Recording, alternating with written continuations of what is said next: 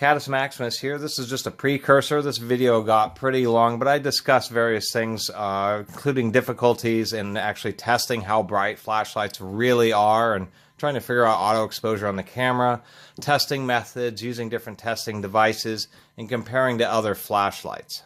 So I'm sorry this review is so long, but I wanted to put this up at the beginning. That it is a review of this flashlight, and I'm comparing to other 3-volt equivalent flashlights, as well as doing a little nighttime test.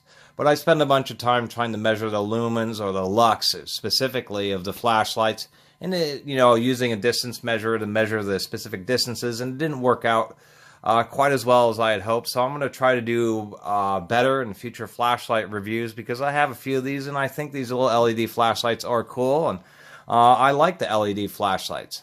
I always grew up as a kid with those terrible incandescent lights, or even the nicer mag lights, but still incandescent. Nowadays, you can get tiny little flashlights like this, which, for anybody who isn't, say, a millennial or was born after the year 2000, anybody who is, say, a kid in the 90s or the 80s or before, remembers flashlights were just terrible. And nowadays, you can get these tiny little things which are just super bright. When I was a kid, if they had a little flashlight like this, as bright as this thing is, I would just be amazed. And quite frankly, this isn't really as bright as you can get for 3 volts, 2 double or 2 AAAs in this case. But nonetheless, I just wanted to have a precursor explaining why the video is so long.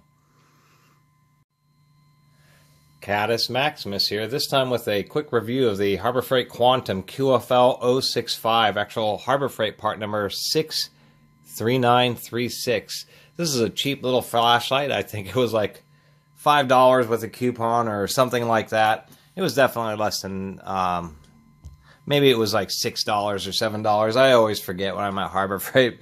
I only buy these things when they're pretty cheap. I kind of collect flashlights, but what I've noticed is it's very difficult to really compare flashlights. Since it used to be with incandescent flashlights, it was Maglite and a few other brands that really had the nice flashlights. There were a few super expensive ones that were actual compact, like 10 and 20 watt HID. But it seems nowadays the LEDs have really come of age, actually in the last 5 or 10 years. I mean, 10 years they started coming out with LED flashlights, and first it was like the Maglite LEDs like this one. And then, Streamlight started making a name for really having super bright flashlights. So now it seems that there's just literally thousands. Every store you go into has arrays of LED flashlights, all from different brands. I mean, it is just crazy how much. So it's a little difficult comparing them. And after some of the, I should say, spicy comments when I was reviewing like this Streamlight and the other little micro stream, I'm going to try to do a better job in this review, or the best that I can.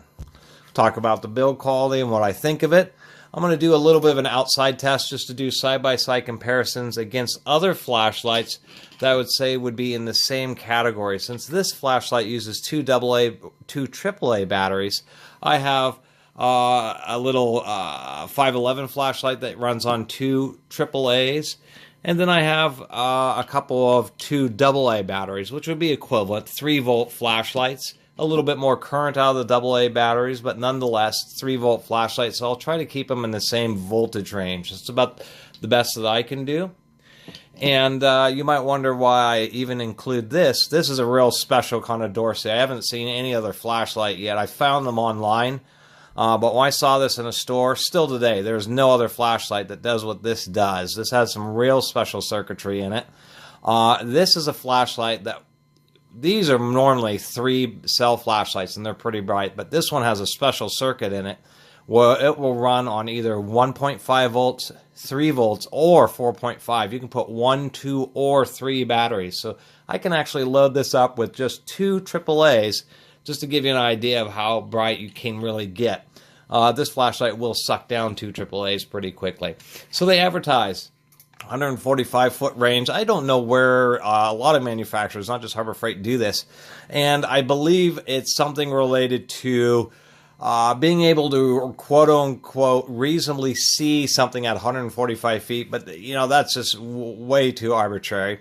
The 65 lumens isn't arbitrary, but lumens is a little bit different than lux, and I am going to try to do some measurements. This is the old Harbor Freight Centec, made by Mastech 5-in-1 digital multimeter. They have higher quality true RMS Ames meters now, and they discontinued it, but they had sold this for several years, and actually I'm kind of disappointed. This meter was really pretty nice, and I bought it specifically because it had all the extra built-in modes like temperature, humidity, sound level meter, and a light meter. And so it measures in lux. And the difference between lumens and lux is lumens is just an absolute output.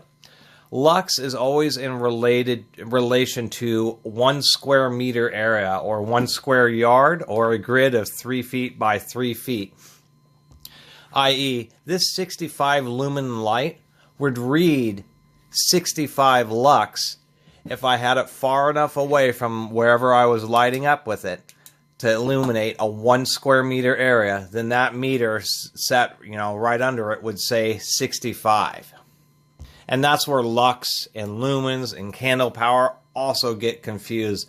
And I'm still a little confused about it, but I do know lux is in relation to light intensity over a 1 square meter area. So if you have a light and it's facing a 1 square yard, 1 square meter area, and you use that meter, it will tell you in lux. And if the light's illuminating a square meter area, then you know it's a direct conversion of lumens. Say this meter reads like on this flashlight would read 65 lux, and you know that this flashlight's illuminating a 1 square meter area or equivalent. So if you move this in and focus it to a half square meter area, then this thing would actually say 130 lux, even though it's still just a 65 lumen area, because now this is actually is twice as concentrated in a half square meter, so the lux would go up by double. And I'll get better at explaining it as I do more flashlight reviews, because I've kind of been a minor collector of these things. I probably have 20 or 30 different LED flashlights, including ones like these, which are far brighter than any handheld flashlight I've ever seen. This is 7.2 volt. It has a series parallel, so a pair of series 18650 cells in this battery pack, and this thing is brighter than beans. A couple thousand lumens easily. Really haven't found anything that compares to that. And since I was talking about old lights and HIDs, this is an old Night Rider. I actually bought this a long time ago for my early days of mountain biking. The battery pack is long since gone, so I rewired this to actually... Turns out that the voltage this runs at is just about what you get out of a car, so I actually wired it up to use as a little spotlight in a vehicle.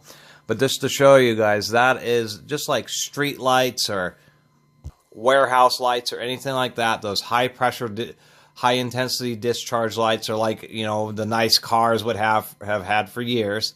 A high pressure plasma arc discharge bulb. This is a tiny little 10 watt metal halide HID. And nothing even came close to surpassing the light put out of that this thing produced until they really started getting into the modern LEDs. Enough talking about everything that isn't this little flashlight. I'm sorry about this, but I'm trying to improve my light reviews, and so I need to have a big long precursor on this particular video. So this little Harbor Freight is pretty decent. They advertise it as being water resistant. It does take 2 AA's, or AAA's, excuse me.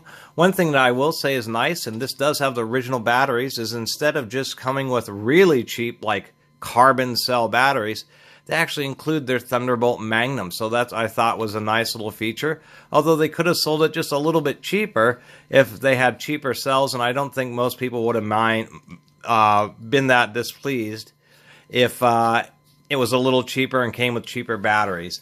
But it is something to be said that at least it came with good quality alkaline batteries. So when you get this out of the package, it's going to be ready to go and at its full brightness. It's pretty lightweight. I have this 511 ATAC PLX, which is also 2 AAAs. An interesting little sample model I found. And surprisingly enough, even though this is larger in diameter. It has a better lens. You can see that, a much larger lens. It has a larger, physically larger LED element.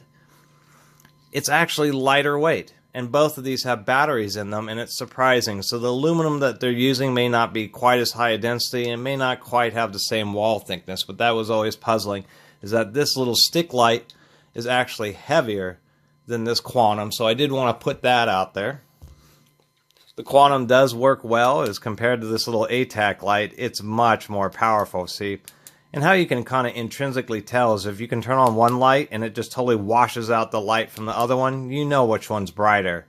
If we do this in reverse, turn on this, so I can turn on this ATAC light, you can barely even tell I'm doing anything with it. So we know it's a lot brighter than this little pocket pen light, even though this is a righteously bright pen light. I will say that it came with a pocket clip, and I immediately put it in my pocket and it flipped out, and I don't know where the little clip went. But it certainly wasn't secured as well as I would have liked. On most pocket lights, they're really not very great. I've even had the same issue on this Streamlight here. I also lost its pocket clip. But on this ATAC one, and I did want to show what is a nice way of doing a belt or a pocket clip, is this is one that will stay on. And what they did, which is much different than just having a snap which goes around the barrel, which seems like pretty much everybody does, is this is a complete loop, and then additionally, to keep it from rotating around and kind of working itself off, we can see that there's a little tab right there. That little tab fits into a little cutout on the barrel. So when you put this little belt clip on there, and then it's secured by this cap, that's how you can get it on and off if you don't want it. Once you have that on there, it is really nice and tight, doesn't wobble around, doesn't move around, and then it has a full wraparound ring, so it's not going to work itself off. So that would be an example of a well-designed pocket clip, and everybody else, it's they work okay, but you actually have it in your pants pocket or something and hanging on the outside because you just want to hold it, and as soon as you lean over, it just pries itself out of the pocket clip. Always been an annoyance of mine with these little flashlights. It does have a nice rubberized over button here. Oh, and you will notice, as compared to my last video, the focus is working better. I got that, booger or whatever it was, piece of lard, something, unknown foreign matter that was on my camera lens, so we do have much better focusing. It is machined and anodized pretty darn well. I really do like that. We can go ahead and break this little guy down. I think I just did that. We do have an O-ring here. It isn't the thickest. What I was noticing is you don't really feel much friction, so I'm not so sure about how well it seals. But you can buy an O-ring kit at Harbor Freight and put on a slightly thicker one to help improve the sealing. What's that? We do have a nice lens. We can see that it is a multifaceted lens, and actually we can take off the barrel here. One thing I'll say is this part to this part, there is also an O-ring, and you can tell which is front and back because this is flush on the back, and on the front there's a little protrusion. But I could barely feel that O-ring, and I don't really feel confident about the waterproofing capability of this light, just because I don't think they use thick enough O-rings. They do have a little plastic washer in there just so the inside of this circuit board does not actually get gnarred up by the hard edge of the aluminum, so I thought that was a nice little touch, although it's hard to pick up. The one thing I will say that I am displeased is they just use a tinned pad for the contact area. This is where the tip of the battery touches, and I've had some issues. I have this Dorsey light, which is I really like because it's a lensed focusing flashlight, and you can actually get it to concentrate down to just an unbelievably bright little spot like a magnifying glass. That's one advantage to any kind of lens, but it has the same thing, and it started corroding a little bit, and it just flickers on and off. You have to bang it, you have to get in there and scratch this little pad sometimes just to get the batteries to make better contact, and eventually I'll need to put a drop of solder on there. But that's always been a disappointment, is those little pads tend to wear and get just a little bit of oxide built up, and then you have an unreliable flashlight. So I did want to point that out, and we can take it apart even further. really showing, at least they did try. There is a bunch of machined little parts here. I can say out of all the O-rings, this one right here where the lens is actually really tight. I feel very confident about it. So there's our little LED element.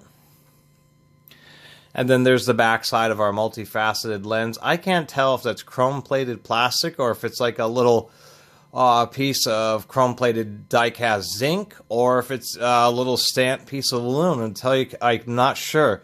But it does not look like chrome-plated plastic, just because chrome-plated plastic always has some telltale area where it's thin and you can see the plastic underneath. Not on this, and you can see there's a little tab. But this is a nice little lens that they have in there. Get that particle off of there. And it does seem to have a nice tight O-ring. So I did want to point that out. Whenever you're putting these together, they're kind of like the threads on camera lenses. You have to be real careful to make sure you get them started just right. And don't forget the little plastic washer when you're reassembling it. So what we'll go ahead and do is take this little light and see how it measures up. I'm going to actually test against all these other flashlights in two fashions. One, I'm going to do an outside test and just stand the same distance from a wall or something like that, and then just show, and let me zoom out here, just how bright it seems to be with all these other flashlights, just swapping the batteries and between the lights. I did get this laser distance measure, so this is not an ultrasonic unit. This actually uses is a laser interferometer, and so it measures really accurately. As we can see, we can get down to at least 1/16 of an inch, so we'll be very clear about our distances. So at least when you're doing the intrinsic comparison, you know exactly that you're exactly the same distance away. So what I'm going to do here is I'm just going to line these up a couple feet or so away from this meter, and we'll see what it reads. Alright, here we are. It's a little dark, and I don't know if we can see all the way over on the screen, but we have actually got this really close. That's 11 inches and 7/8 of an inch. So real close to being 1 foot away from the face of the meter here. We'll go ahead and get this meter going. Oh, and you can't see it. Let's see here. I'll just have to read out the measurement, but I'm going to leave this here. And we're just going to take each of these flashlights. This meter, just in the ambient light, is only like 4 lux, and this is in the X10, so this will measure a maximum of 40,000 lux. So we'll start off with this little ATAC at exactly the same distance, 1 foot away from the meter.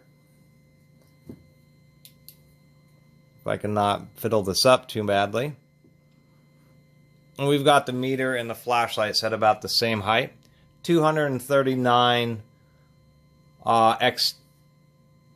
Always weird, but the lux does change. But in the X10, so we're looking at 2,200 lux. And if we compare that, same brand new batteries, actually same Thunderbolt Magnum batteries, we're going to do the Harbor Freight Quantum that we've been talking about. And I'm going to have to tilt it just a little bit. Put it on the table here so it's the same distance. There we are. 6,000 lux, so triple the brightness of this. Being 1 foot away from the lux meter. So definitely a bright flashlight.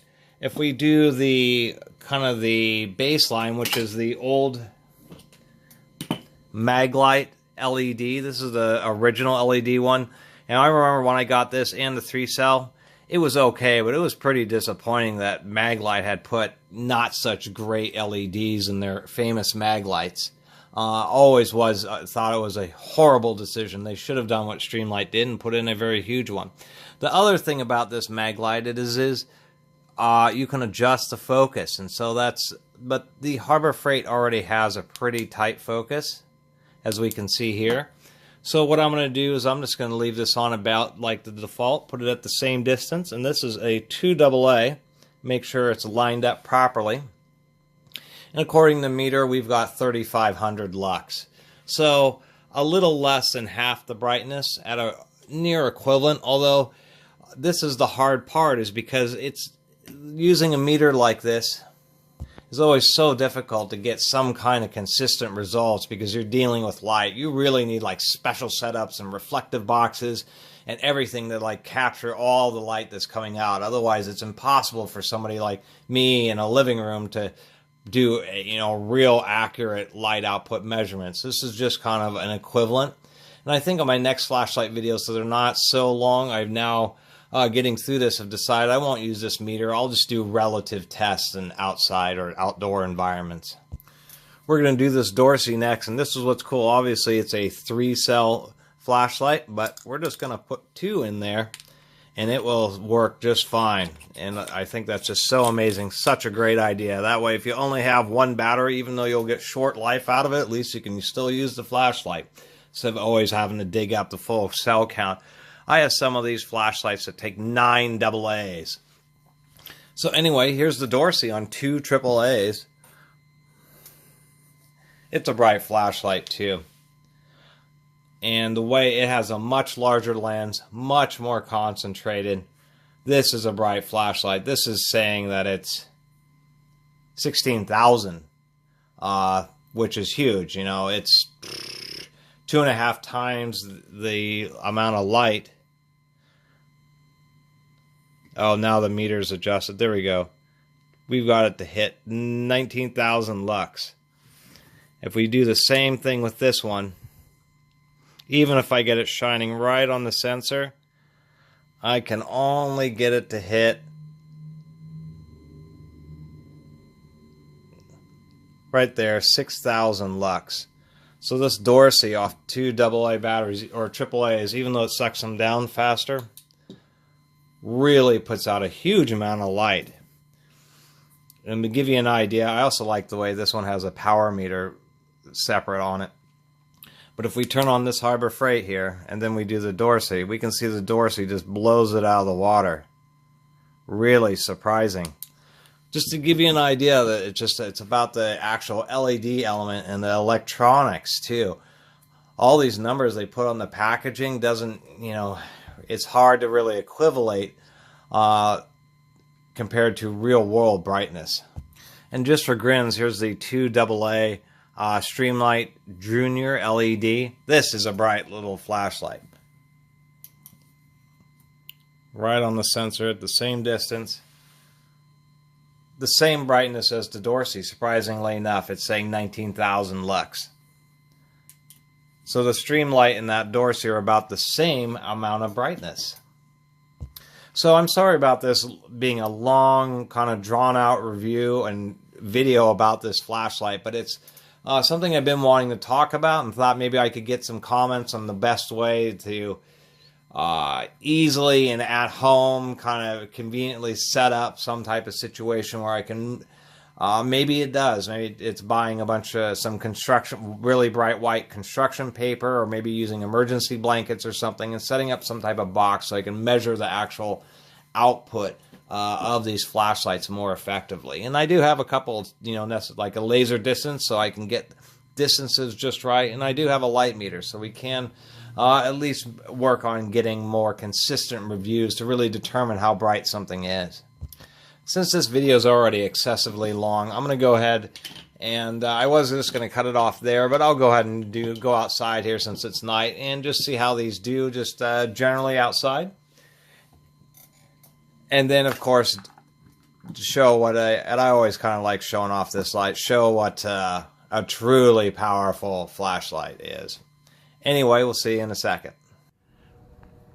Alright, here we are. We're going to take a quick little outdoor test. This is against a brick wall.